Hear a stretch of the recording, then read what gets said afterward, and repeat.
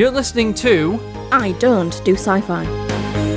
Season 2, Episode 4. I'm here in case you succeed.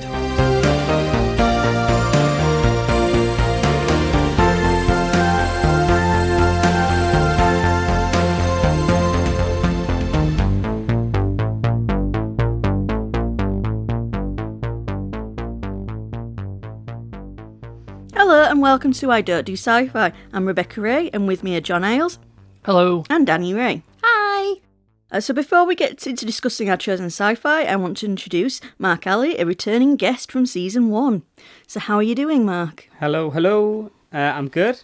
Excited to be back. Yeah. It was fun last time. First time I'd ever done something like that. So looking forward to seeing how this one goes. Obviously, it's a big subject for me. Yeah. Big Stargate fan. So I was very interested to see what Dani thought about it. I think we're all interested to know what Dani thought of it. Yep. Yeah. In fact, I am wearing a Stargate t-shirt today for the occasion. He is. Cut me in half and it'll say Stargate across the middle. Ooh, like a stick of rock. Yes, exactly.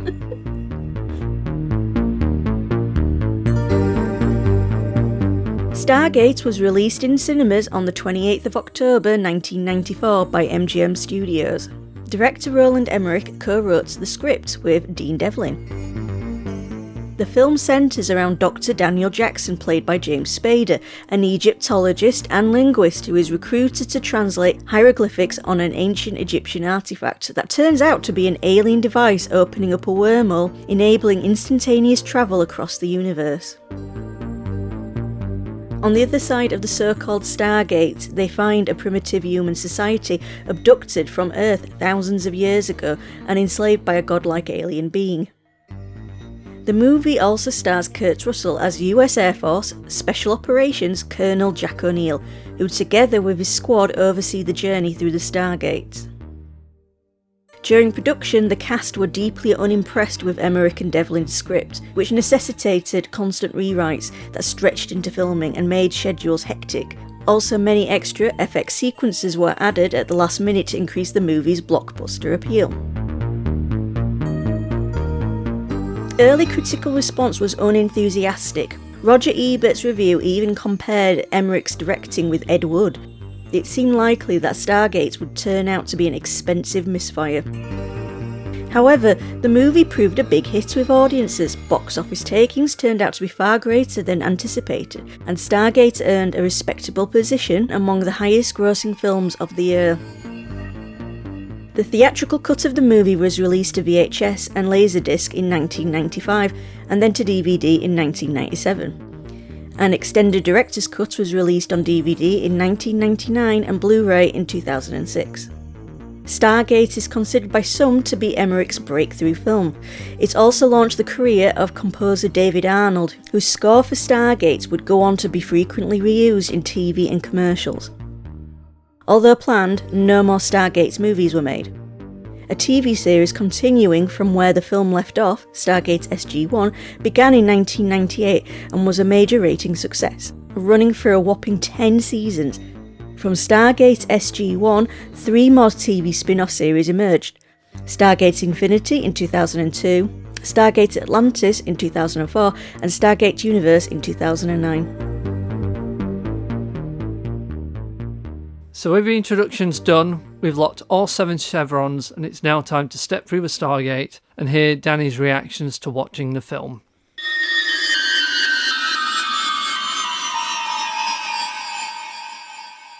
Okay, so I'm here with Dani. Hello. And Mark. Hola. So we're going to be showing Dani Stargate, the Stargate film from 1994 by Momentum Pictures. Dani. Oh, fuck, I didn't know it was that old. What? I thought it was like early 2000s. Is that a problem? No, but I just thought it was early 2000s. Okay. Is there something in early 2000s Stargate?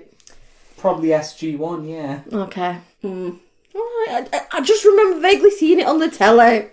What are your expectations? What do you know about Stargate? Have you heard of it before? I've heard of it. It was set in space. They're on a ship. They go through gates. I've seen some weird portally gate things. Yeah. I don't want to say they're on a spaceship. They look like they're on a spaceship. They're into weird, like, jumpsuit things. Like blue, like a navy blue jumpsuit. Am I making sure? Am I God. looking at me like I'm making This is sure? keep going. Oh, I'm killing him. Becca, just take the dagger out the back, will you? She just doesn't understand Stargate. Oh.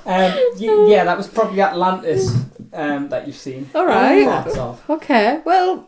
All right, but I'm just gonna let you know that's what I've seen and that's what I know about it. So when you say there, in scene, your is it face. just photos or clips? Or I want to say clips. It's one of those things where I feel like I turned the TV on and it was on the TV and I went, oh no, and I turned the channel over. okay, so we're doing things a bit differently. So I'm going to be leaving this Tascam with Dan and a copy of Stargate to watch, and she's going to watch it with Mark. Yeah. And then Mark, you're going to join us for the panel. I will be, yeah. So Yes. this means the reactions are going to be completely secret for me, like it is for John. Do you think you're going to enjoy it? Oh, she'll enjoy it. Excuse me. I will not be forced into liking things just because you do. You won't need to be forced. It's great. The I watched- entire Stargate series is incredible. Yes, I actually do think I might enjoy it. I just think it might be interesting. Okay. Because I liked Star Trek Yeah. when you made me watch Star Trek. Yeah, you were resistant to Star Trek Um, before. You used yeah. to roll your eyes and woof. Still kind of do that.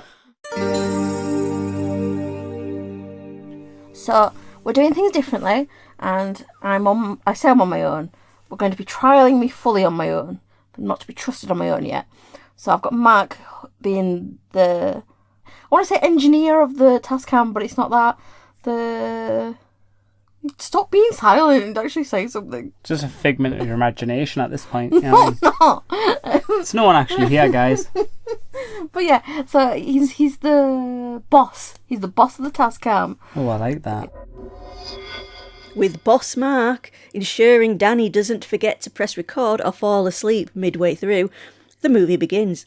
Dani is confusing Mark already with her opinions on the stone-carved style of the opening credits.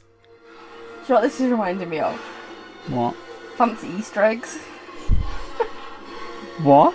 Because it looks like chocolate that's been got cuts into it. You get some really fancy Easter eggs. I mean, I get it. I'm just confused. I'll just tell you what it made me think of. Well, remind me to never take you to Egypt. Okay.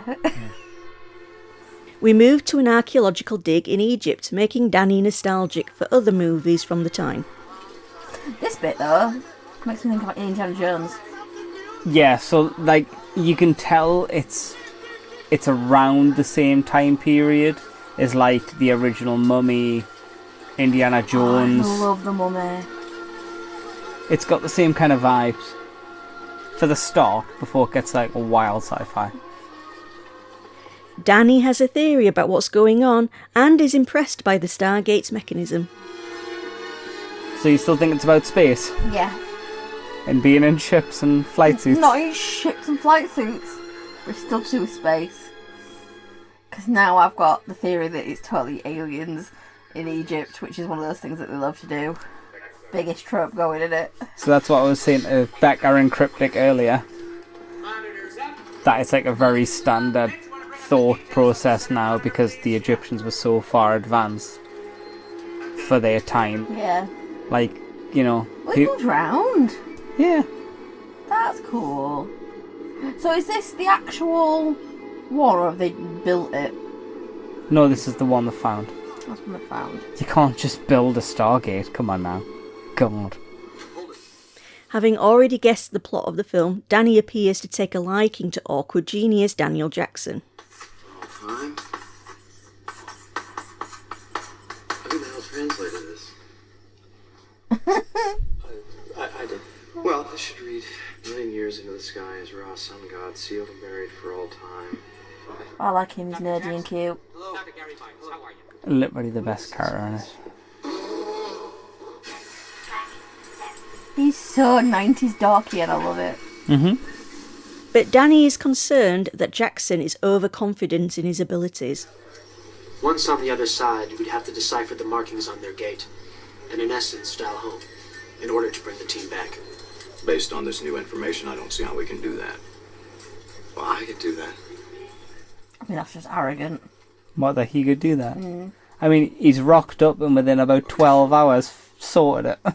I agree with that bit, but what if the other constellations to do with not the ones that we see, but the ones that are there, therefore we wouldn't have the information necessarily to hand? I'm just putting out there that he's being arrogant. I don't think you understand. That's Dr. Daniel Jackson, okay? Yeah. There's nothing that man can't do. Would Dani survive a trip through the Stargate? I mean, get on with it before it closes and they're all there and they can't get back.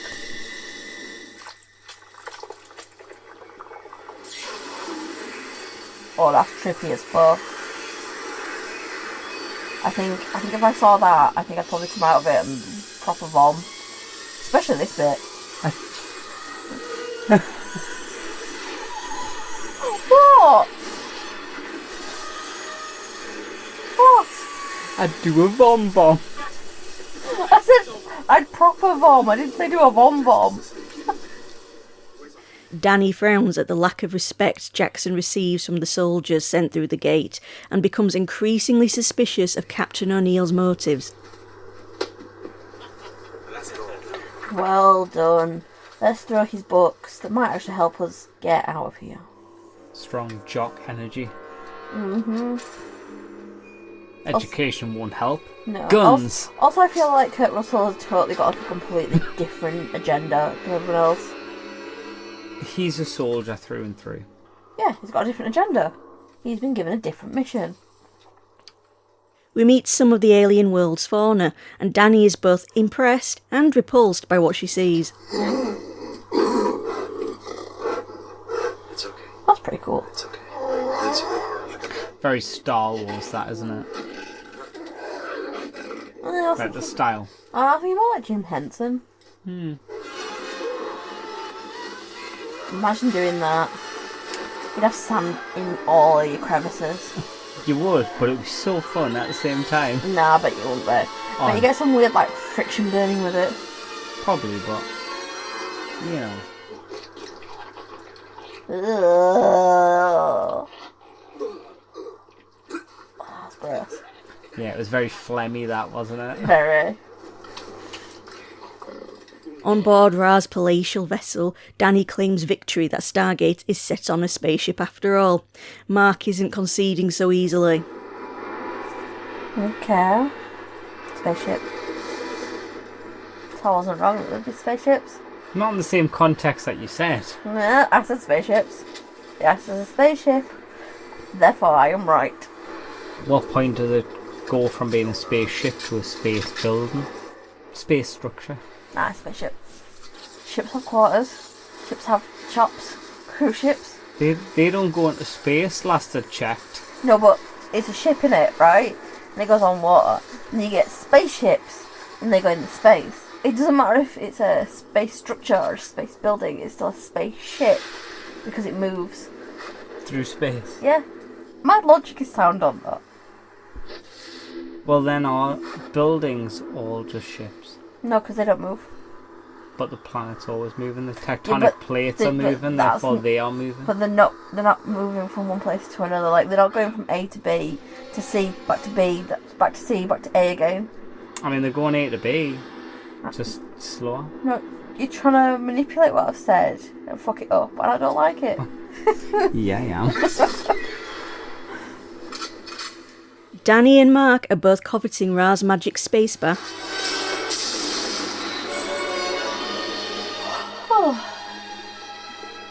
Magic bath, bring her back. I mean, that technology is pretty cool. I mean, it would. I feel like I need one of them bad lads. So do I. So the film is over, and Dani almost managed to stay awake through it. So what were her impressions? Okay, that's the end. What did you think then? I liked it. I'm not a lover of the ending. But I liked it. So it's because basically it continues on from that point as SG-1. It changes a couple of little minor things, but... Yeah, I got it, and changes and stuff like that. And I get it was originally always just going to be a film. Yeah. But yeah. Yeah.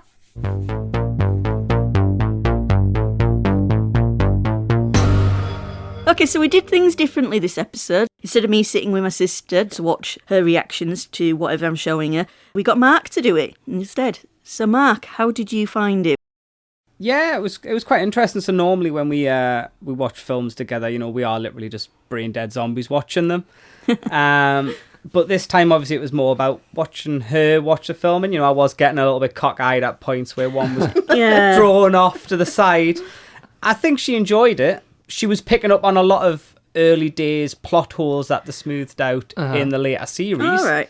And I'm sure we'll probably end up talking about a couple of them now, or at least in a little bit. But overall, I think, stereotypical action film. I think Dani likes that kind of vibe. Yeah. Very much so, Kurt it's Russell not- in the heyday. And it's not a 70s film, so... It's not Yeah. 70s. Yeah, Dani was Yeah. initially, when I said 1994, she went, what? I thought this was 2000s. I did think it was later. Yeah. Well, because I knew the TV series was around in like 2000s. Yeah. So that's why I thought the film must have been. 1997, I think, for Yeah, SG-1. Yeah. It was, Yeah, but like, in It most ran till things, 2008, though. most things are TV series, and they make a film of it. Yes. That's what I assumed this was, not the Buffy way where they make a film and then Yes. they make a series afterwards. I wasn't expecting that And then kind people of way. forget about the film. Yeah. Yeah. But the series does follow most of the continuity of the film. They did make tweaks, didn't they? Yeah, Yes. Even the Buffy film is acknowledged as happening in the TV series, but they don't talk about it a lot. They just kind of mention it, the previous school and stuff. Yeah, I mean, they adapted it into a comic book, the film, With Sarah Michelle Gellar, Gellar, with Sarah wasn't Michelle Gellar and all the other actors in it. So it? Interesting. So I you will. thought- I will apologise because I don't know if I apologised in the reaction. I can't remember if I apologised in the reaction recording or not.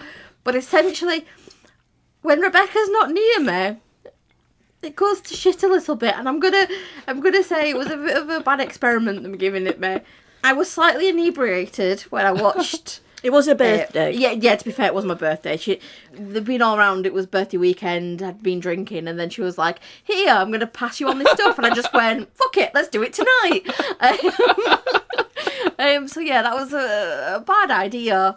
Nah, I'm down for it. Oh, Mark thought it was a hilarious idea. I was down for the vibes. It was, but I feel like the reactions are going to be lacking, especially in the last part of the film where I may have semi-dozed off. So nothing new there. Yeah, nothing new there. To be fair. From what I hear, it's not the first time. Oh, So it's not the first time. consistency's key. Yeah, I'm trying to actually think what I haven't fallen asleep on, and it's very, very That's thin. why I always pause it when I notice that. And then let Dan have a snooze and then put it back on when she woke up. I was just enjoying getting to watch Stargate, to be honest. Yeah. Perfect. She's asleep. I can watch this now. I bet you were surprised when you saw Kurt Russell was in it. 100%, and he looks so young. I know. And I think that is in the reactions. to be Yeah, fair. because we ended up looking at that, being like, wow, we look so young. And then we're looking, it was like, oh, wow, we're still 40 or something. Yeah, it was like, Yeah. we were trying to figure out his age at the time. Because Mark, you mentioned like he was like in his 30s, and I'm like going, no, he can't be, because I'm like trying to work out how old he is now compared to then. I was trying to like, work it out. He was born in the 50s. Yeah. so Yeah, he was doing his Disney 40s. films in the 70s. Yeah, I think he was Yeah. 44, I think, when we Something looked like or that, something. yeah. Yeah. Yeah, apparently Walt Disney's last words, it was a note on a desk and it just said Kurt Russell. So Really? the studio were like, right, we'll hire Kurt Russell and put him in everything. And they did. They just put him in all the films. That's it. Might have been Kurt Russell as a twat. Who knows? Who knows? It could have been firing Yeah. for all we know. But they're just like, that's a sign. Yeah. Yeah. Maybe Kurt Russell snuck in the office and placed it there. Yeah, or even Kurt Russell owes me so much money. I think we're going with characters. What did you think of the character played by Kurt Russell, Colonel Jack O'Neill? Yeah. Oh, I'm glad you said it because I had no idea what his name actually was. Yeah, he was a special ops officer. Oh, I am offended. you'd be offended. Is this podcast going to end the relationship? I think something else I'm going to say later, Mike. Wait till we get to how many Danny's 5. Yeah. Yeah, I think that might be the I've one. already told her. I'm expecting a number if there's anything else. His character was interesting. I like the fact that they put in like that little storyline where his son had killed himself by like shooting himself accidentally. That was very interesting. But I will preface this: we did rewatch it again today, so I could remember it better that'll because I help. did. Well, no, I didn't write any notes down, so I normally write my notes, but I didn't write any notes Because you're inebriated. Yeah. I'm glad we did because, like I said, the last 45 minutes or so, I was in and out of sleep. I did wake up a bit, so I remembered some of it. I liked the fact that I got to watch it and go, oh yeah, I didn't see that bit. Yeah, I found him, I don't know, because at some points he seemed to respect people, but then at some points he didn't respect them. Like in the hut bit. Oh yeah, I pointed that out. Yeah, and I was very much, I didn't like it because like he stubs out his cigarette on the floor. It's like he's got no respect for the fact that it's living quarters. Yeah, it's just very bizarre how he's carried. I mean, I suppose it's realistic. Did you like the story arc with this kind of surrogate son with Skara, and the fact that he went there preparing to die because he had nothing to live for? I like the fact that he kind of came round and realised that he does have stuff to live for, but like his wife doesn't seem the best. But I suppose she's also had the same predicament, and she's had to he grieve. blames himself more. Yeah, and she's grieving, and not only is she grieving that, she's grieving the fact that he's withdrawn into himself as well. I can see it being like a bit of a turning point for him. He just needs therapy. That's all he needs, a bit of therapy. He's not got time for therapy. No. Too busy saving the world. And you're saying about him putting cigarettes. There's so much smoking going on in that film, isn't there? When in Stargate Base. I've literally wrote a line saying, "Remember, kids, smoking in the 90s is cool." Well, I think that was your reaction when we watched Jurassic Park. It's like everyone's just smoking. Oh yeah, Samuel L. Jackson. All the time. And it's so much like a thing, and it's all like teaching them how to smoke, and it's just like, oh yeah. You don't notice cigarette, at the time as a kid in the 90s, but now after years of it not being a thing, when you go back and watch old stuff like Quatermass or whatever, and everyone's smoking, it really stands out. It's so jarring at times because it's just like it's really pushing it. It's like, really, were we this bad as a society? It's like, yeah, we were. Oh yeah, if you think about offices and stuff, you know, ashtrays on desks, and they smoke. Staff rooms had ashtrays. I still remember restaurants, going to a restaurant and like ashtrays on the table. And cinemas, clubs, I remember having staff rooms in places where they had ashtrays on them. Yeah, I mean, I don't know about you, but I can still vividly remember, like, if you'd went to a restaurant where everyone would smoke, you walk in, you get that really heavy smell. Yeah, I remember there was a fish and chip place we went to when we were younger with Grandma and Granddad, and that had a smoking area section. Yeah, and I remember, I think I remember we went in the smoking section because that was before Grandma stopped smoking. I don't remember this. Grandma and Granddad both smoked, and Grandma stopped when she had a heart attack. Well, then our parents, everyone in our life smoked. Yeah. Everyone, like relatives, friends, people would visit the house, so we always had ashtrays, even though no one in the house smoked, but we had ashtrays. Different times. So O'Neill then, did you like him as a character overall? First watch through, no. Second watch through, yes. Okay. And I think that's only because I fell asleep on his redeeming arc in the first part. It wasn't clear to you. Yeah, so I woke up and was like, why do I like him again? No, fuck that, don't. Anyway, turn it off, back to bed. But the watching it the second time, because I was awake during it, I was like, no, he's redeemed himself, I like him. See, he's a good character. I think he might be your favourite character when you watch SG-1. Interesting. Because there's a lot of depth to him in that. On the second rewatch, he's been my favourite character.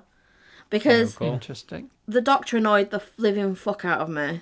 Daniel's my favourite character. You didn't like the living fuck out of me. You didn't like Daniel? Why didn't you like... Both versions of Daniel. Lots of issues with him. He's this mad genius, yet he doesn't seem to use his brain half the time. That sounds like someone we know. I know, but does it irritate me less? Not you, Rebecca. No, you're very smart. You don't use your brain half the time. Daniel didn't use his brain all the time, but it irritated me. Can you give examples of what you mean? They've found this civilization. They're sat eating, they're sat chatting. Kurt Russell has to turn around and go, it's all in Egyptian, and they're speaking this weird language that you're not quite sure 100% on. Do you think they might be able to read Egyptian? Like, it's that thing of he kind of needs to be pushed all the time to kind of do the things you think he'd figure out. Well, he wasn't military, so he was kind of... But he's an academic genius linguist who can't figure out how the fuck to communicate with these people. Who's a genius linguist.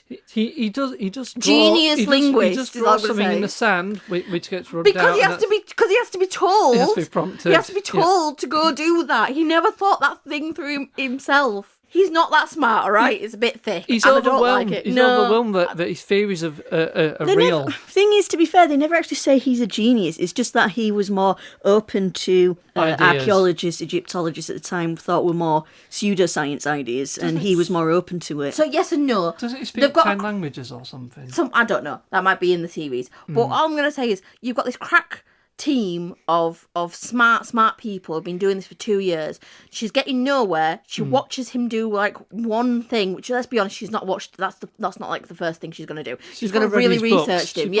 She's researched the bloke. Yeah. So she knows he's fucking shit hot, right? She's realised it. She knows she needs him. So she goes and recruits a fucking genius to help. He cracks it in what, two weeks? What they've been doing Something for 2 like that. years, something like that. Something for 10 days or some shit like that. Like, I'm not being funny. He's meant to be like super fucking smart. It might not have to be said, but it's implied heavily, right? That he is a misunderstood genius. That the academic world don't care about him because he's not conforming to their rules. Yes, he but he's thinks still a fucking outside genius. of the, establishment. Yeah, I mean, look at Nikola Tesla, isn't it? He was the same. He was absolutely amazing. Well before his time. Didn't give a shit about him at the time. Yeah. It's that kind of aspect. So you're telling me he's this genius who can't figure out how to fucking communicate with these people that he's studied all his fucking life?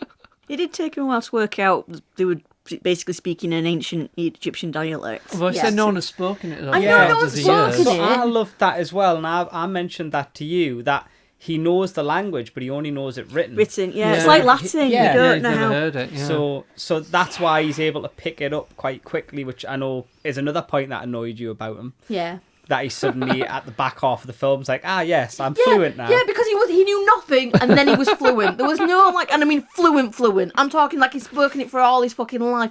I understand he was fluent on the writing of it, right? Yeah. I'm very good at reading French. Somebody starts speaking French to me, I look at them and I go, I've picked about one word out of what you fucking said. If you write it down, I might be able to figure it out, right? I get that. I know I'm not a genius linguist, but I'm just saying it should be better, all right? Your opinion of Dr. Jackson should be better. No. You're all lulled into his little boyhood whimsy, his little face lighting up at everything, going, oh, look at this, oh, look at that. You're a fucking idiot, man. Just crack on with doing the shit you've been brought to do. Can you imagine bringing her off world? She's going to be an absolute carnage. I'll give you back. Ra wouldn't know what to do with me. So yeah, that's my opinion on Daniel Jackson. Also, he didn't seem like a Daniel to me. I'm just putting it out there. Okay.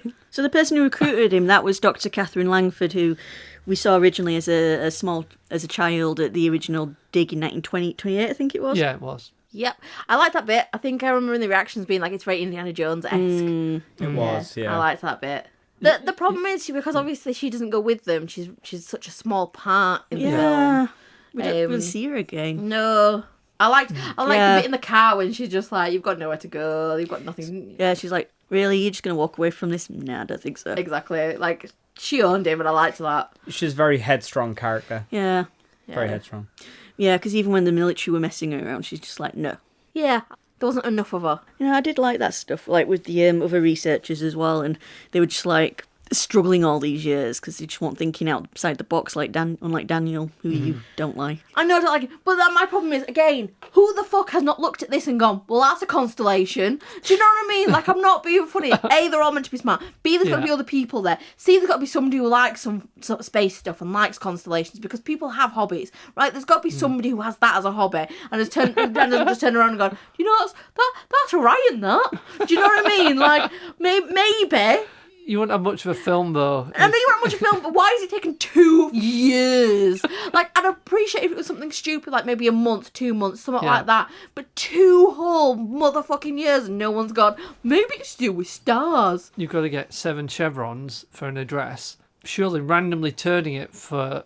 Since 1928, they would have stumbled across at least one address at work. Thank you. I had this argument. But there'd be no story. No, so I can forgive that. I had this What about you, argument Mark? today. I had this argument today that because this was the thing, because we were like, you've got 6 there, right? You've seen the 6 symbols on that tablet, right? And you can see 6. You can see all the symbols on the gate, right? Yeah. And you go, well, 6 of them are the same, and then you find out you need to put 7 in because eventually you'll figure that out. Because you know, in 2 years you'll have figured out. Yeah, nothing Well, you do happens. that in right? hidden object games So if you don't know, you'll just systematically try every combo till you get. So in 2 years, you wouldn't have needed somebody to figure it out, because in 2 years you'd have brute forced it open anyway, because you would have figured out that eventually one of them matched. And also, if there is many gates, surely there's going to be a combination where it's them 6 and a different 7th. Yeah. I know the 7th is meant to be like where you're at, actually. So actually, I fucked that one up. But the point is, like, surely they would at some point figure out how to open it. You think they'd just gone, let's just try. Yeah, it is a bit unreal. They're like, we've never got to the 7th. We always get stuck. It's like, just got to overlook it. It's just like, just keep trying. This is just what anyone would fucking brute force do if they'd need to break into something. They needed a hidden object gamer to help. They'd have just been like, right. They don't even need a genius. They just need an average bloke to come along and go, let's just... I'd say bloke, could be an average woman. An average person. They just need an average person to come along and go, well, why don't we just try all of the combinations? Literally imagine like electrician on set. Oh, there's your problem, mate. You've missed the 7th chevron out. Yeah, do you know what I mean? It's just... Oh, it's mind-boggling how it took them 2 years to just... I said this today. I appreciate the fact that sometimes you need a fresh pair of eyes. Yep. Yeah, right? yeah. I do appreciate that. But at the same time, surely with the amount of people that were there, someone would have just figured it out sooner. Okay, what about Ra? He was a dickhead, and I appreciate it.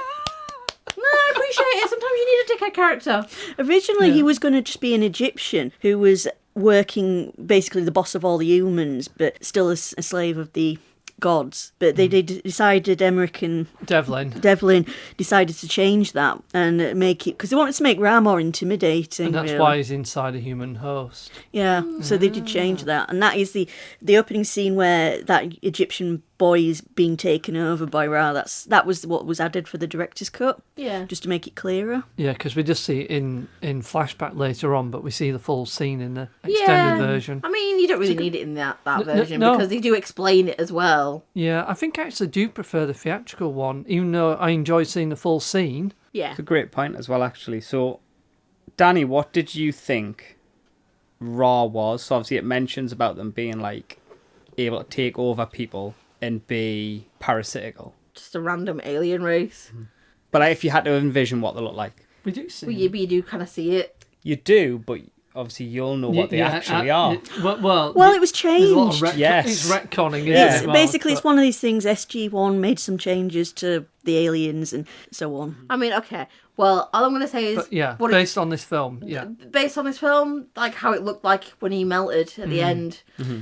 Looks like in the film design. It looks like one of the what's known as the Greys. Yeah, I was going to say but he's white. Grey. Yeah. Like a sectoid for those of you who are XCOM fans. Yes. Just straight up Voldemort, like no nose. Yeah. Yeah. You did mention Voldemort as well because he wanted eternal life, didn't he? Yeah. Because he doesn't want to die. Yeah. That is very Voldemort. I suppose it's a trope, and there's some people with power they fear death. Yeah, and he's got his resurrection sarcophagus. Yep. Yeah, which Daniel uses later on. And he uses it for his lover. Yeah. Which I still don't get that relationship, but fine, whatever. Yeah, but that's with Shaori, Shaori, who was the daughter of the... Kasuf. Kasuf. What's he been in? Because everything. That's the thing. I was looking at him Mummy. He's in the Mummy. I was literally looking around. I've seen you in like everything. He's in everything. He's in Babylon 5. He's in Next Generation, DS9. He's been in Lois and Clark. He's just been in tons of stuff. You so just she look says at everything. Everything. Then she names one thing I may have seen. Mummy. The Mummy. Yeah. Playing an Egyptian. Yeah, but I'm just saying, of all the things she could have said with everything, she listed a lot of shit I've never seen in my life. You look at his IMDb and you're like, oh my God, he's in everything. You know, just like, that. There's just too much to remember. He was just in so much at the time. Yeah, Eric Avari, really good. Because there's also one of the soldiers who was from Third Rock from the Sun.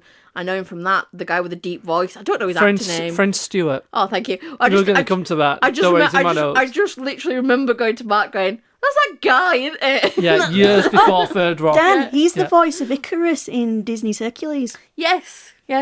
He's got a deep voice. So that's where I knew him from. Yeah. I'm like, I didn't realise he was in that. Yeah. And I'm like, hey, it's Icarus.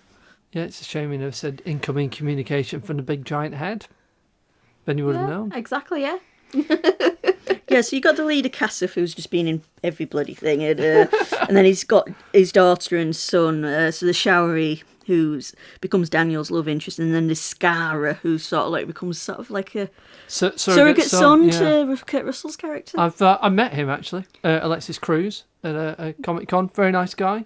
I like Scara. I'm going to ask a question. Does he have elfy ears in real life? Because he seemed quite elf-like in the film. I don't remember. He had a lot shorter hair when I met him.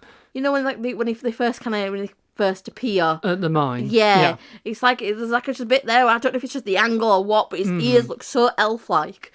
I'm going to have to go look after this recording, aren't I? Yeah. But that's what I like about you, Dani. You bring out details that no one else does. That no one else does. I know it's random shit.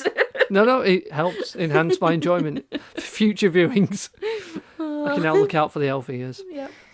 I like Scara and his friends, and how they, once they realise they'd been duped all this time, they're just like stepping up and helping the newcomers. I loved how brave they were as a people. Yeah, I said that as well. Yeah, they were very brave. And I love how they were so quick to actually rebel. So obviously you don't see really anything. They're being oppressed for a long, they have long been, time. and I understand like how oppression works, and I understand that thing. But you don't see any of like, because normally what happens in these kind of things is you see the cracks. You know, you see the little things first kind of happening. Obviously, we just meet them at this point. And there's don't no really build see, up to it. Yeah, there's we don't see their build up to wanting to overthrow Ra. Do you know what I mean? We also don't see any of that trope of the person who still wants to keep the status quo. That's it, yeah. No, we're all ready to rise up. There's no backstabber that's telling Ra about it type of thing. No traitoring. Yeah. Just going back to you said about the relationship with Showery. She was given to him as a gift. But obviously he's a gentleman, so he's like, oh no. Well, is he a gentleman? He turned her down then. He waited until the next day. He turned her down on his own terms. After she took off her top enough so you could see both of her tits. But he turned her down. But he waited. That night, he knew what was happening. He watched and went, I'm going to see the tits, then I'll turn her down. Anyone who's already said it. He's an academic. He knows what he's doing. Anyone who knows. The only time he's used his brain. As an academic, has he seen tits? Well, we had that conversation, didn't we, Mark? with his radical views of Egypt, maybe not. And how dorky he was, especially like in the lift at the very beginning when he's like he sneezes, which is just shitty sneeze. He had allergies, and he's like allergies, and he's just like. Happens every time I travel. Yeah, it's just so like I was like, he's such a dog at that point. I know somebody who has allergies. Do you know what I mean? Like it just affects me. Pollen affects me. But it's just the way he said it. Do you know what I mean? Yeah, the way he said it was just so doggy. Isn't allergies an American film and TV cliche as well? As well as asthma. Obviously, they never use their inhalers, though, isn't it? Sneezing. They never use their inhalers correctly. I mean, in films. To be fair, 90% of people don't use them correctly either. So it's a different story. So yeah, he's travel allergy-ness. Yes. I don't know, it's just one of those things because he said allergies. It's just, like I say, it's so American and so dark. Because, like, let's be honest, if me or you, right, John, as both, I know Rebecca is as well, but I'm just saying, as me and you, we both suffer from hay fever. Yep. Right, if you knew it was your hay fever playing up and you sneezed, would you go, oh, it's my allergies? Or would you go, sorry, it's hay fever? Exactly. I think it's a British thing that we just go, it's hay fever. Whereas Daniel's is a travel allergy. Yeah, which it's like travel sickness, but he just sneezes. Yeah, but that to me means that it's just because he's moved somewhere different and it's different pollen. He's got hay fever. But it's a travel. It's hay fever. He says it as a travel. Every time he travels, it's hay fever. Oh, so he's getting hay fever on a desert planet. Well, he doesn't no, get it was in the elevator in the. I know, but he sneezes on Abydos as well. He sneezes everywhere. He's got his hanky, because he's got hay fever. He's just allergic to missile silos. Come on. He's got hay fever, all right. And yes, you can say desert. But what was that weird animal eating? Plants. Yes. What do plants produce? Pollen. There we go. Yeah. Of course, pollen. Yeah. What did you think of the? I don't know what it's called. The animal. The mastadge. Yeah. Played by a horse. Well, we said that. I said a horse. Yeah. They got the equivalent of American Shire horses to play it. I said it was very Jim Henson-esque. With the thing you kept saying it was very Star Wars. It very much reminded us of Hoth. Yeah, the Tauntaun. Yeah. Whereas I just said the actual special effects, and I say special effects in the sense of like actual animatronics type special effects. Felt very much Jim Henson to me. You know what's interesting? I was just reading the visual effects for the film was overseen by Jeffrey A. Oken, and he was basically saying at the time Roland Emmerich was completely against CGI. Totally against it, and this guy, this Okun guy, said he was fired a couple of times by Emmerich during filming Stargate because he'd do something and they're like, I don't like it, and he just wanted mechanical effects like the Mastag, yeah. So he wanted lots of stuff like that, and he was really opposed to. He liked practical effects, but it was this film that turned Emmerich around to being more open to visual effects, CGI, and so like Independence Day that came out 2 years later. I was just going to ask Dan, are you familiar with? Does the name Roland Emmerich mean anything to you? Fuck all. It means fuck all. Have you seen Independence Day? I don't think so. Sorry, you cannot believe Danny's face. Sorry, I grimaced. I'm not sure. Right, here's a story. Right, here's a story. A few years, 4 years ago, I showed Dan Independence Day for the first time. She'd never seen it. She doesn't do sci-fi. Because we were watching the Jurassic Park films, and we were talking about Jeff Goldblum. So I mentioned something about Independence Day, and she said, "Oh, I've not seen that." And I'm like, "What?" So we put Independence Day on, and because, of course, back in the day, we all grew up with the adverts. We knew what the big the money shot scene was because it was on everything. It was even on Burger King adverts. Everyone knew what was coming, but she didn't. So when that happened in the film, when the White House got blown up, Dan's jaw absolutely dropped in shock. And I can't remember the film. Right, takes notes for future podcast. I feel like you're lying to me. I feel like this is another Pee Wee Herman's thing where you're telling me I've watched them. I've never watched them. It was the fourth film we watched that day. We'd done the Jurassic Park trilogy. Oh, well, no wonder I can't remember then. Yes, I was persuaded to put Jurassic Park on. She's like, "Oh, if you told me Samuel L. Jackson was in this, I'd have watched this ages ago." I would have done that, I still would. But yeah, Emmerich did Independence Day after Stargate. So before this, he did Universal Soldier. Stargate was his first, I guess, Hollywood big blockbuster film. It was a bigger film. Yeah. And he was the co-writer with Dean Devlin. They worked on these films together. So they did Stargate, Independence Day, Godzilla. Oh, yeah, I like that. Emmerich did The Day After Tomorrow, 2012, Moonfall. Oh, I still need to see Moonfall. So he's basically known for doing these really big, massive disaster films now. Yeah. You could say Independence Day was a disaster film. Yeah. Oh, yeah, because it was all big things being blown up. Yeah. So, yeah, and Emmerich which is going to lead us on to our next thing, I think, to talk about, is Emmerich has been a tendency to adopt pseudoscience ideas in his films. So Moonfall, the promo for that was something about the moon. It controls our tides and our days and nights. It's like, not the moon controls the tides, but nothing else. It isn't 2012 stretching science as Yeah, well? 2012 is... I kind of don't give a shit about pseudoscience. I mean, don't get me wrong, there were many plot holes that I was very, thingy, but I'll still watch a pseudoscience-y thing and get enjoyment out of it. Stargate was definitely inspired by pseudoscience, such as Erich von Daniken, who's a Swiss author of several pseudoscientific books like Chariots of the Gods, which is from 1968, and him and, who else have we got, Zechariah Sitchin, Philip Coppens. So these are all basically coming up with ideas of ancient astronauts. Yeah, so man couldn't have made the pyramids without alien ideas or influence, or like the, I forgot what they're called, the ones in South America. The Mayans. Yeah, there could be landing strips for UFOs. the Nazca lines, things like that. Yeah. Daniken wrote this book in 1968 that proposed all this, and it was kind of debunked quite quickly. But obviously influenced Dean Devlin and Roland Emmerich. And other films. I mean, we've got Prometheus as well, which draws onto that trope. Yeah. But this von Daniken also inspired things like Indiana Jones and the Raiders of the Lost Ark. So the idea of the Ark being a way of communicating with God, that was von Daniken's idea. Interesting. Okay, yeah, cool. I've not read the book. No, I haven't. But it was just interesting. But it's been acute. But yeah, these days Daniken's dismissed as displaying European ethnocentrism by belittling this, the abilities and ingenuity of ancient civilizations, non-European civilizations. Yeah, I was about to say, I kind of agree with that. He's still going, isn't he? He's pretty old, but yeah, still going. It does feel that way. It's that thing of thinking, well, they're not white, The tribe people were thick. That's the feel That's of it, because he was like, oh yeah, there's no way they could have aligned the pyramids in such a way with the stars and stuff, they wouldn't have known. And it's like, no, they did have the means to identify the North Star because they needed to for agriculture. Agriculture depends on this kind of knowledge. Well, that's it, and I'm not being funny, but what else depends on it? Sailing. Do you know what I mean? That's navigation one thing. So even navigating through like the deserts, they're going to be using the stars.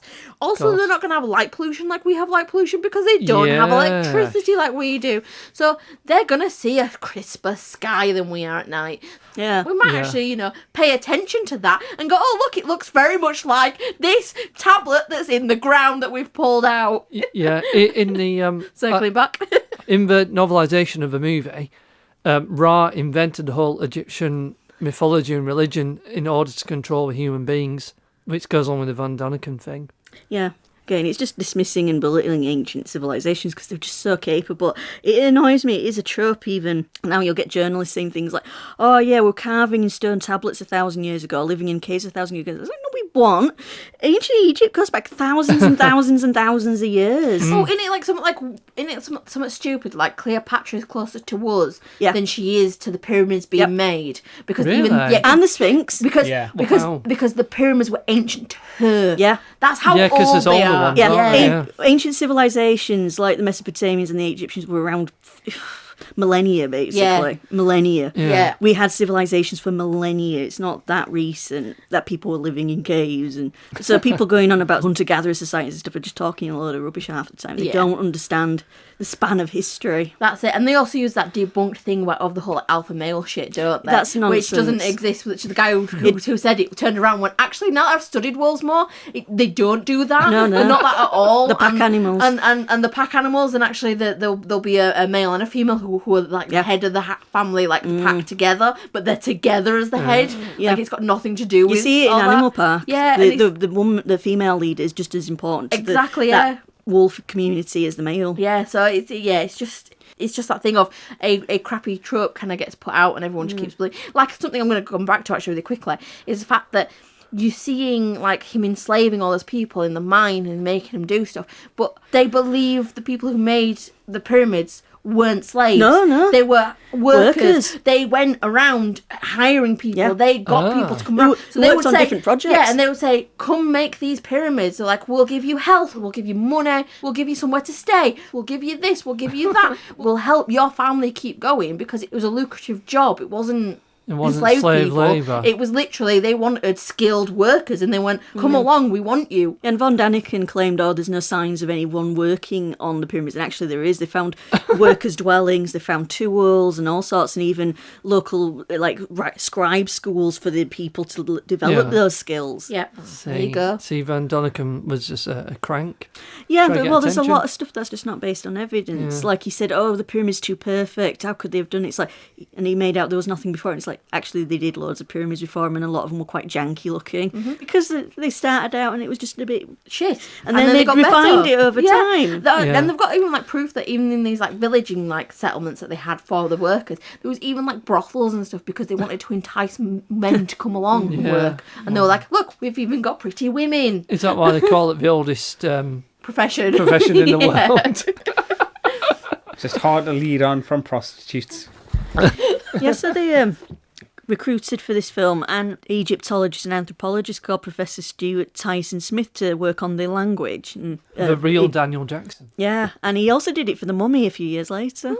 And I've seen behind the scenes footage where he was on set with a microphone and James Spader, as Jackson's got an earpiece in so he can repeat the Egyptian words. And he came up with the hieroglyphs as well for the art department to reproduce. So all that stuff's as genuine as you can get. Yeah. And he said he had great fun coming up with the language and the dialogue for it as well. My brief research today taught me that he was very true to, actual ancient Egyptian. So that was pretty cool.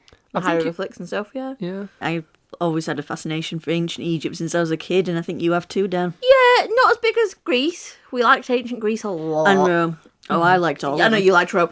Rome to me is just copying Greece. And Mostly to an extent. There's a lot to it on there. Yeah, but mostly copying them. It's the mythology I like, so they copied the mythology, that's all I gotta say.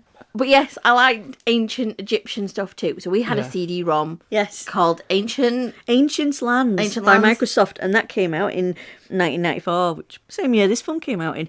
It was a multimedia CD-ROM, very mid-90s. Extremely in the mid-90s. I remember vividly just...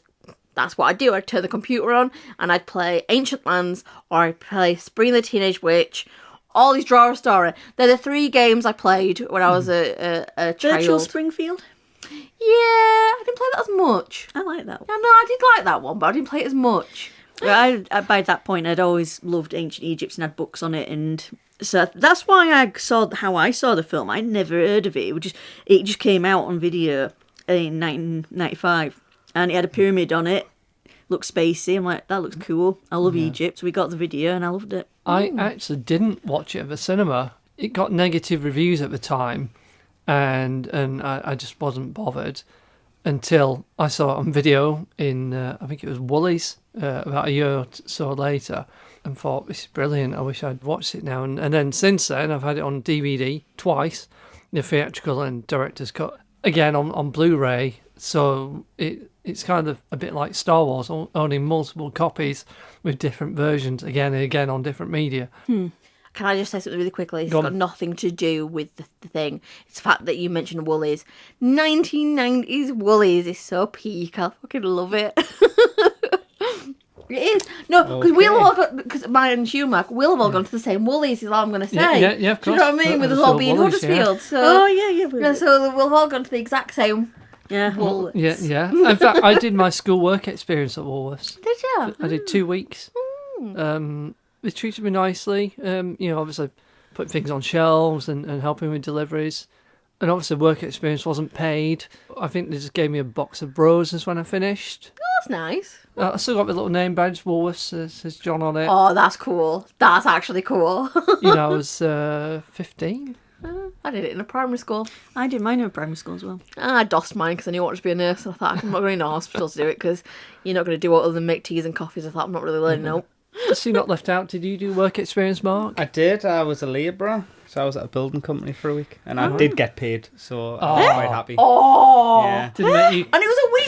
We had 2 weeks. Yeah, we had 2. We had 2 weeks free labour. And then you had to do like a presentation afterwards and a report on it all. Oh, we didn't have to do that. No, I didn't have to do that. Oh, we did. No, all we had to do was we had to get like a letter signed by whoever we were doing it for, saying like we'd been, and there was like some tick boxes for like how we'd performed. But yeah, I just worked there in basic stuff, making cement, passing plaster, passing bricks. Some girls got fired from their work experience in my class. What kind of jobs were they? Hairdressing, I think. So yeah, tell us about this children's book, Dani. Oh yes, I also had a children's book. It's an awesome book. It is. It's one of my favourites and most coveted books in the world, and it's called The Eye of the Pharaoh. And it's a pop-up whodunit. There's not much writing in it. Came out 95. It sounds fascinating. But it's so cool. So is. you've got 3 different, it has a spinning thing at the back, and you change, you literally, so you pick up the book, and it is a whodunit. It's based 1920s-ish. It doesn't say it's I think it might say it's 1920s, but there's definitely that attire. It's definitely Howard Carter. I'd say it's 20s. Yeah. Tutankhamun. It's got that feel about it. But the point is, it's a whodunit. So there's a group of people that are all excavating this tomb, and it's a different thing that goes missing essentially. It's not necessarily one of them is the Eye of the Pharaoh, which is some big thing.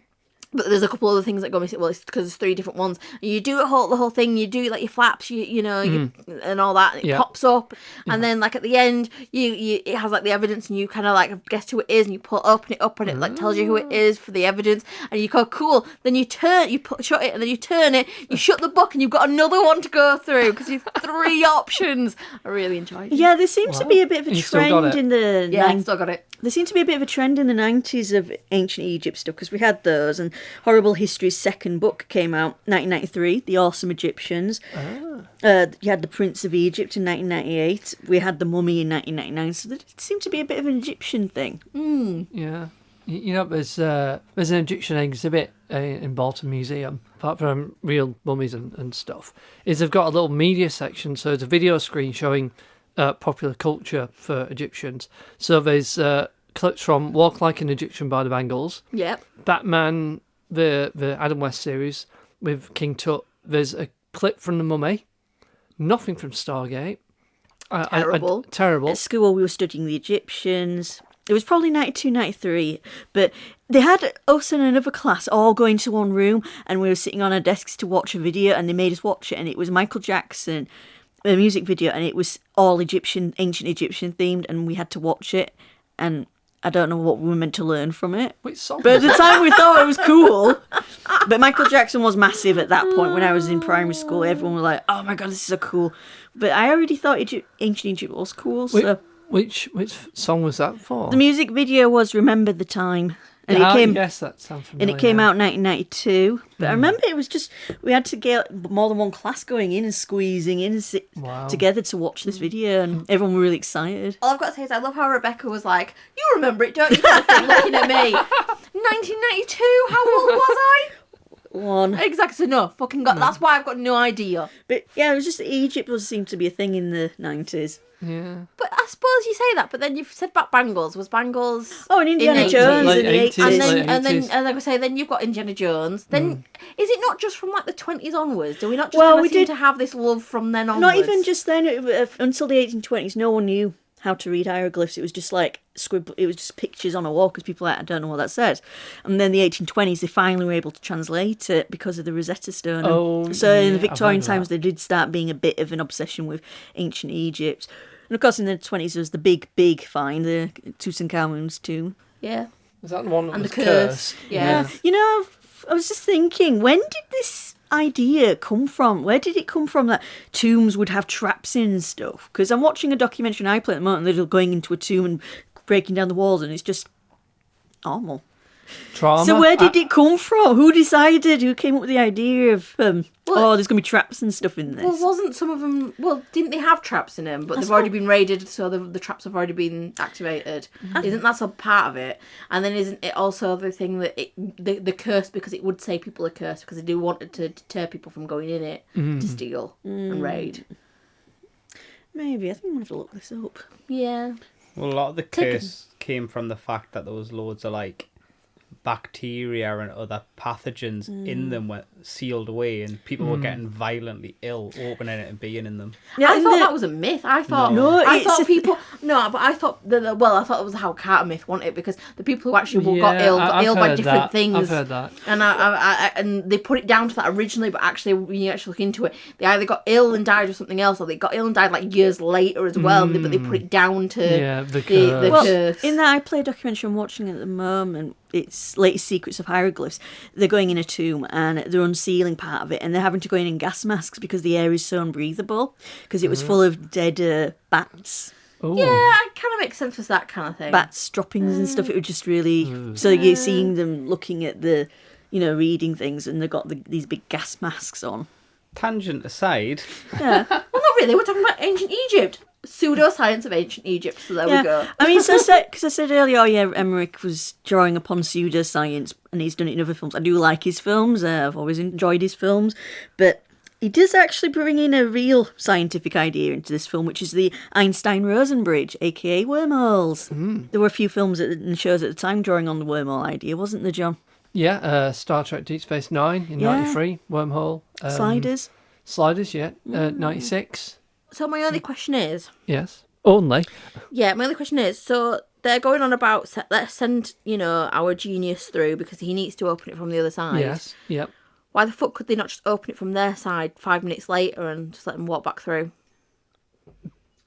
Because the plan was to blow it up. And so they were giving O'Neill time to do that. But they could have... That doesn't actually answer the question. It doesn't answer the question. I know it'd be a short film. And they could still have done that, because they could have gone after a day going, maybe we should send someone else through, a marine or something, just to see what's going on. Yeah. Yeah, we could have sent another probe. So this is kind of what I kind of had to tell Dani, because obviously, for the sake of the film, it was just a plot point that needed to be. And obviously, if you watch SG-1, you know that is exactly possible. And they use that exact tactic many times over. We'll dial in and check in on you, but they don't in the film. Yeah. But there wouldn't really be much of a film without it, because it would be like, oh yeah, there's life here. But it's the biggest fucking plot hole going. Yeah, because they didn't know what was going on the other side, did they? Yeah. And another thing, right? So they open it up, right? They open it up and they go, oh, that's great, it's open. Whoa, we've got this like fucking machine ready to go in, right? We've got this probe to go in. Yeah. Great. Then they go, so the next time we're opening it, we're going to send 7 or 8 humans into it, rather than finding out if, trying to figure out if human life is sustainable or any kind of organic life is sustainable. The probe did say that conditions were fine for humans. Yeah, but that doesn't mean that an survive going through it. So what I'm trying to say survive going through the wormhole. So why didn't they send like an animal through? I know. Send a cat. I am extremely sorry to the people who don't like animal testing, but why would you not send an animal through to see if it survived the actual journey? That's what they did for space. Dogs, chimps. France actually sent a cat up first, and they brought the cat back down. Oh wow! Yeah, because France actually give a shit. There we go. And then they could and then they lobotomized the cat afterwards. What? Why? Oh, okay. Yeah, so sad ending. Oh, why did they lobotomize the cat? To see the effects of space on it. Oh, love it. Well, the chimps that the Americans sent up came back, so they were fine. But Laika didn't come back. Laika didn't come. That was horrible. Yeah, that is horrible. But that's what they would do in reality. They would test organic first before putting a human through. Exactly, and what your most elite special ops secret fucking group first, and the only guy who can translate this stuff or whatever. The only fucking genius who can fucking work shit out. Yeah, let's just send him through as well. Maybe that was it. After Daniel had gone, no one could remember how to dial the 7 symbols. What? So you telling me? What did he say the 7th chevron was again? So you telling me Dr. Langford couldn't have done it? Going, we can take notes. Yeah. Oh well. Yeah. I mean, what were they doing on the other side? I want to know what their story was back on the other side. Like, were they all they just they would just sit and wait? Like, weren't they all arguing, going, maybe we should say to someone, I want to know what was happening. The novelisation doesn't answer that question. Well, that sucks. Because surely, like, they would be a bit of the same. I mean, I know that, like, the whole thing about, like, he was sent a bomb to thingy it. Was it just a thing that, did they know it was a but then, no, because they knew it needed opening. So, like, surely they'd be like, what's fucking happening? Oh, yeah, no, I'm with you, Rebecca. Now I want to know. Well, because how would the people our side were thinking during this whole fucking endeavour. Yeah, because they'd be like, because even if they thought, oh, maybe they've blown it up, what's the protocol? They're just going to, are we going to wait a day, a week? Are we just going to assume after a week it's been blown up? Do we try and open it up just to see if they come through? Do we just mothball this whole facility now after a week and just pretend it never happened or existed? Is that what they're going to do? I just don't get it. They're meant to be all these top secret smarty pants people, and not one of them used their fucking brain in the entire thing. I mean, again, you could say that about a lot of Emmerich's films. Yeah, Independence Day. Yeah.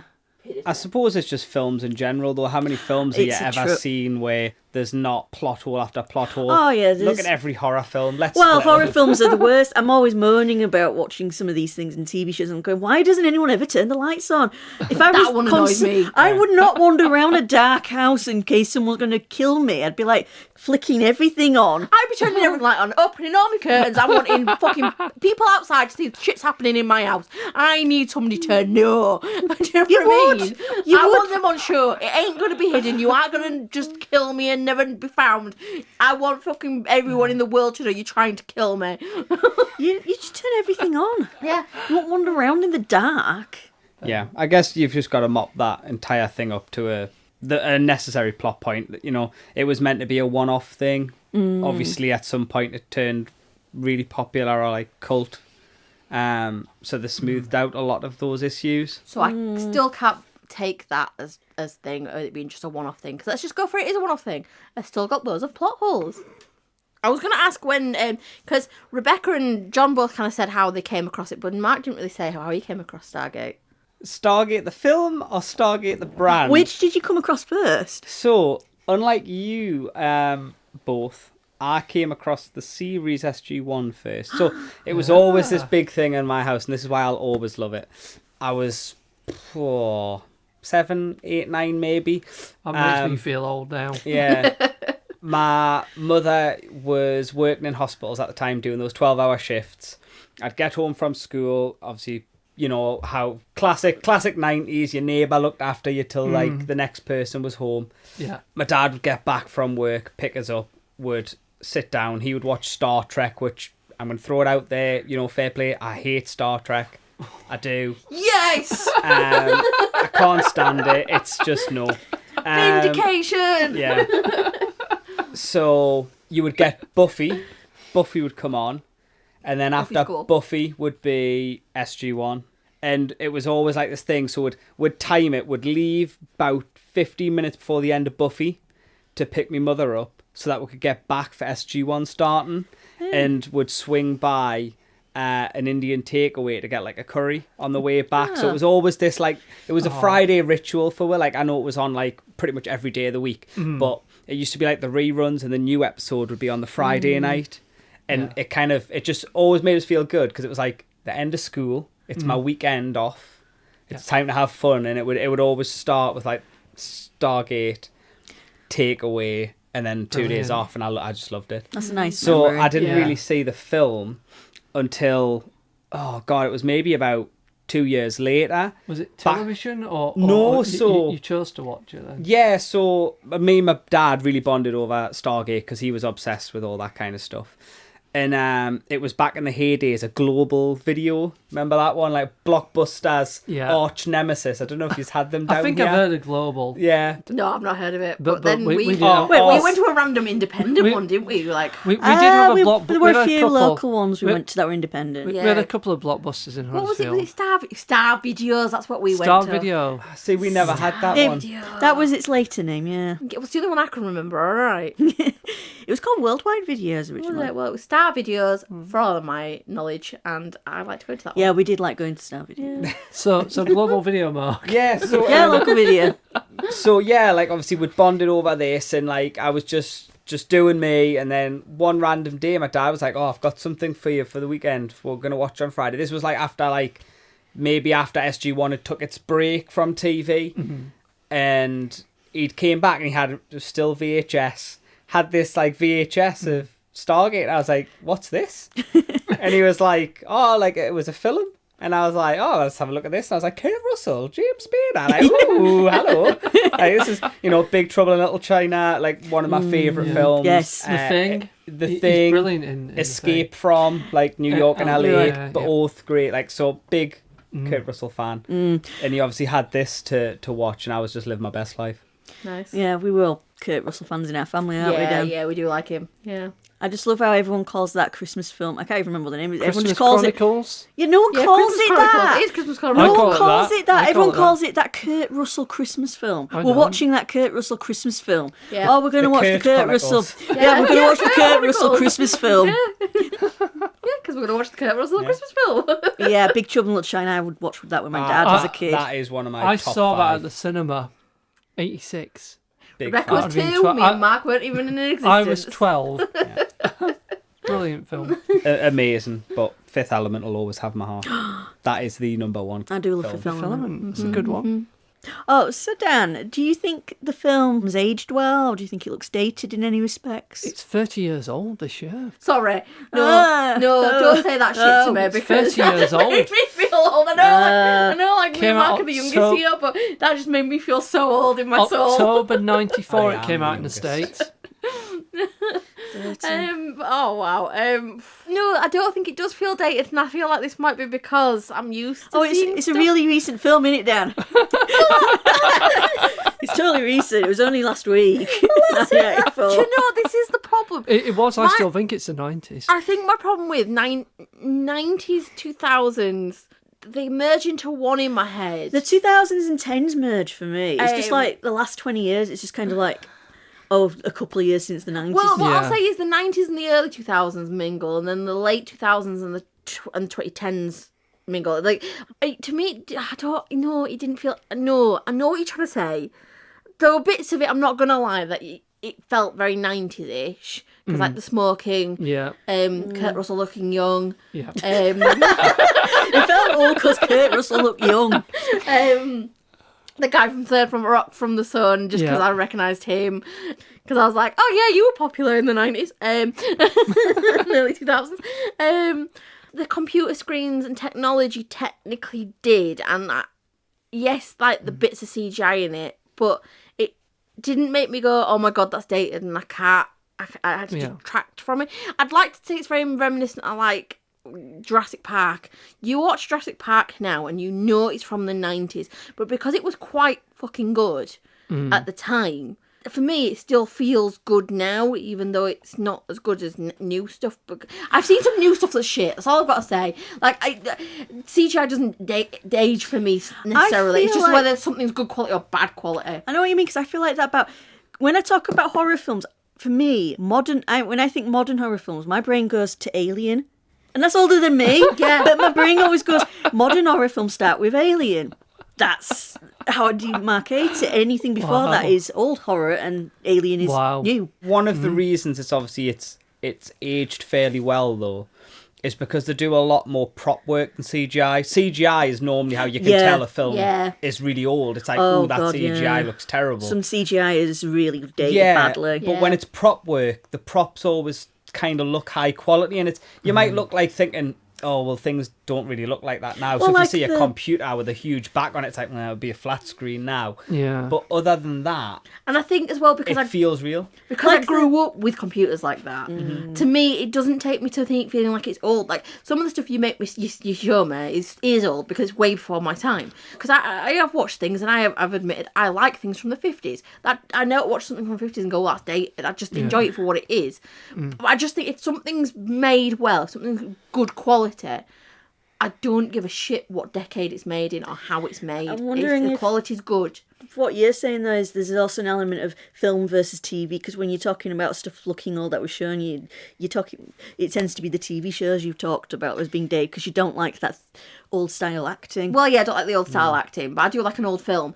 It could also be, in some ways... Budget? Kind of going... I was about to say budget. Is it the fact that films are going to have way more money, so actually they look decent still now? Well, this is why Kurt Russell didn't do this SG-1, because at the time you were a film actor or a TV actor, and they tended not to cross over. Now it's really common for them to do both, because TV has upped its game massively in the last 10 years or so. Wasn't it COVID that kind of changed it as well? Because of how filming kind of works, that a lot, and streaming seems to have really caused... Lots of straight-to-streaming films now. That seems to have caused a lot of these movie actors to go into TV shoots. It's cheaper to produce as well, that's the thing. Cheaper to produce normally has a higher yield, because you're not having to do any of the budget associated with like publicity and stuff like that. You just throw it out, put one trailer out, people will find it, and you'll make a fortune type of thing. So yeah, in all, it didn't feel dated to me. No, I'm not speaking of the animatronics and stuff. It's the I can't remember the name. I keep wanting to say Radstag, but that's because I'm playing Fallout. The Mastage. Yeah, because you said, it's like looks like a Jim Henson thing. So yeah, it just, I don't know, because I've grown up watching stuff like that, and because like you say, there's more practical elements to it. Because in Star Wars, that kind of the guy liked more practical than he did CGI. Yeah, maybe actually helped in its favour in some ways, because you weren't inundated with cheap looking CGI. Yeah, it was a bit of a new toolbox in the 90s, and some films do look a bit naff now because of the CGI. But I can't even say like the bits of CGI in it, like the CGI in Stargate does. I like the wormhole when you see it, like when the gate first like thing is, and then the actual when like it goes through. That's pretty cool. As a 11-year-old first seen that, I loved that. I love the black and white bit, when it goes like the with horizon. That bit when it goes all like the that's the horizon. And that bit is like like I could watch that over and over and be tripped the fuck out of my brain whilst being just absolutely sober. I loved it. If you think about it, that's the point of view of the person going through the gate. But I gathered that quite quickly, to be quite honest. I didn't. I do think it's weird, though, they have a concept that you see that when you'd be moving so fast that theoretically you shouldn't be able to see anything. Because you're just atoms travelling. Yeah. You shouldn't have a view. Yeah, you shouldn't have been able to see it. You should have just been like, boop, through, and that's it. You just, I'm seeing something different. Yeah. What do you think of the Horus and Anubis's CGI helmets? I didn't think they looked that bad. I didn't think they would, but to me, you can tell it is. But I like the idea. I just think it's a really good idea that the helmets can do that. Yeah, I had no issue with them whatsoever. Cool, I think they were pretty cool. I could vibe with having one of those bad lad helmets. Like. Yeah. And again, the helmets, when they're fully up, are animatronic. Yeah, well, that's it, yeah. I think that's why you don't. I think that's why it becomes more not real, but realistic. I think that's why it's better, and you don't get taken out from it the same, because they've gone, do you know what? Yes, we'll have a bit of CGI for when it actually comes on and off, but when it's on, well, that's practical. It's real. Yeah. So I did like that. I mean, that guy who got fired, they were like, he was told. It showed some special effects, CGI to Emmerich, and he's like, no, I don't like this, you're fired. And then he did some experiments with the water swirling in a tube thing, and he said, I know I'm fired, but I want to show you this. And he says, you're not fired. That didn't happen. No, it is a good effect, that whooshing. Yeah, so that was done with swirling water in a tube or something. Yeah, it's really good. Given there's obviously a ton of TV series following this, would you be interested in watching any Stargate shows? She's got no choice, actually. I mean, I've got no choice. Correct. No. Correct, she doesn't. I've got no choice from a podcast point of view. I've got no choice from a Mark point of view. If you had a choice, though. If I had a choice, yes, I'd actually turn to Mark after watching it the first time round. And I did say to him that it did pique my interest, and I do want to learn more about the lore. And actually, I am glad they made a series out of it, because actually... I do want to explore more into it, and about, like, do they go to different worlds? Are they all Egyptian-y? Maybe. I mean, don't get me, knows? I've had a bit of an answer to this, and he's naughty, he told me a little bit. Oh, did he? Bad Mark. Yeah. Mark's been glared at now. Yeah. But, I mean, don't get me wrong, I think I would have guessed it from the fact that one of them was called, was it Stargate Atlantis? Yes. That might give it away a little bit. Possibly, but what is Atlantis? Yeah, true. But yeah, so I would watch it, even if you didn't force a gun to my head. Which good. I will do. You don't need to, because I'm gonna anyway. Yes, you are. Hey, Dan, did you know there was a spin-off novels following on from the film? Because I know there's loads of books based on the TV series, but there's even books based off of the film. There's 5, and I've read them all, listeners. Hard to get hold of now, though. Yeah, I got them for between £10 and £20 each a couple of years ago, which isn't too bad. No, but it's they not are too hard bad, to get. but yeah, I think I got them through eBay and Amazon Marketplace, a couple from America as well. They're not bad books. The titles are very samey. They're all like Remembrance, Rebellion, Resistance, Retaliation. It's all stuff like that. And it kind of ends on a semi-cliffhanger in the 5th book, which isn't really a spoiler, but I don't know why they didn't continue. It was possibly because 3 of them were published before SG-1 started on television, and then the other 2, and then I guess the publishers lost interest. In fact, one of the books, I think the 4th, mentions the TV series. It says now an MGM television series. Yeah. It was Bill McKay who wrote them, and he based them off of Emmerich's notes. He got hold of them. Yeah, he did discuss it with them. But yeah, they are quite different to how the TV series went. More recently, but interesting though, good books. More recently, Emmerich's been talking about rebooting the films. Well, they always wanted to do a 2nd and 3rd, but MGM weren't interested. And then a few years later, MGM wanted to do a TV series, and Devlin and Emmerich weren't interested in doing a TV series, so the rights belonged to MGM, so they just took it off and said, well, we'll do it without you. And they, for a while, disowned the series, but Devlin did visit the set once later on. Kurt Russell visited the Stargate set. He was in the next door studio making an Elvis biopic. So there's video of him there as Elvis touring the Stargate SG-1 set. That's pretty cool. So there's no animosity between the two productions. One actor did return to the show. Two. Because I know... Eric Avari. Yeah, Eric Avari, who played Kasuf, comes back. And Alexis Cruz. Does he both play the same character? Yes, Kasuf and Skara. Oh, cool. The character of Catherine returns, played by a different actor. So yeah, like Mark was saying, SG-1 follows the continuity, but retcons a few things and just makes things work better as a series. Like Buffy, then. But you know, if Emmerich and Devlin did make more films, which they're still trying to do now, they've been trying for a few years. There isn't any current Stargate projects, is there, sir? Not really. One of the creators of the TV series is trying to get something made, but that got delayed by COVID, so who knows what's happening with that. But Amazon now owns MGM Studios, and obviously Amazon like making money. That's a great point, because Amazon's really tearing it up at the minute as well with some of their productions. Like Fallout was amazing. Do we mention Rings of Power? No. I don't know what that is. Terrible. The Lord of the Rings. It's got a really bad rep for that. I liked it. John, yes. Mark knew what it was. Oh, sorry. He meant it as because it was so shit. He's pretending it doesn't exist. Okay, cut that bit. Sorry, Mark. Sorry to drag that trauma up. Yeah. They did really well with Fallout. I was very impressed with that and Yeah. a bit shocked, actually. Yeah, that was superb. Yeah. But you've got their other stuff as well, like the boys and everything like that. They've Jack got a Reacher? lot of... Oh, Yeah, yes, I Jack do Reacher. like Reacher. Oh, that is so good. That is such a good series. Yeah. So, Got a lot of fingers in a lot of different pies, really. so maybe they do well at Stargate. But yeah, I think one idea that Emmerich and Devlin had was to do different mythologies in different... so they might Like have... Norse and... So they'd done the Egyptian one, and then they were going to do on and do Morse. Not Morse. Norse. But the books stick to the Egyptian thing that Bill McKay did. So I think on that note, I think it's time to wrap up this episode. So Dani, how many Dannies out of 5 are you going to give the 1994 Stargate So film? I've told Mark. Did I tell Mark? Yes, I told Mark the thing. Kevin correctly guessed it the other week, last week when we were out for tea. Yeah. I want to know what. I was going to guess either 3.5 or 4. Yeah, and what about you, John? So from what we've been saying, probably about 3.5. So you're getting better at guessing nowadays. So yeah, 3.5 Been is doing it a while. definitely my number, which Mark does not like. He's very annoyed with me for being 3.5. I'm just wondering, so it was 3.5 before you'd seen the end half of it. Has it increased at all? No, because I'm still angry about certain aspects, which the series will probably make me feel better, and my scoring for the series might be different.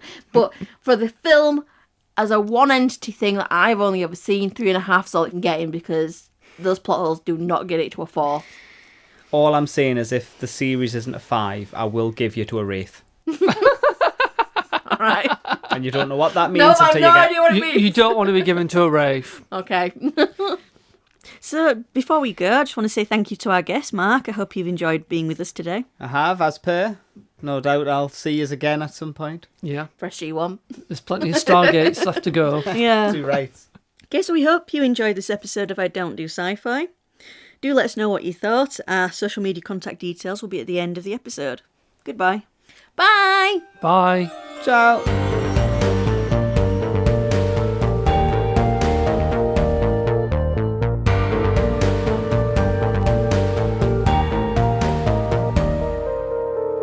Thank you for listening to I Don't Do Sci-Fi.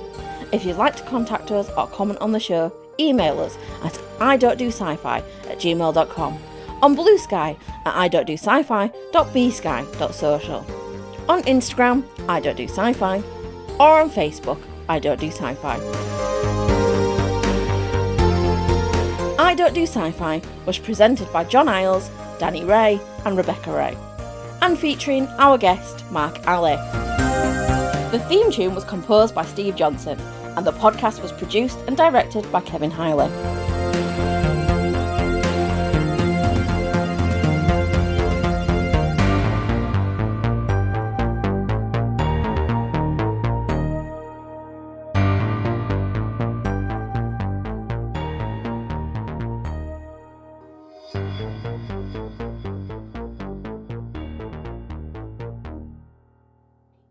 Ancient Lands by Microsoft, and that came out in 1995. Which, No, it was 1990. Wait, you're talking into your lap again. sorry. Look, just give me a second. I'll just double check because I got interrupted when I was writing it down. It's alright, I need to sneeze.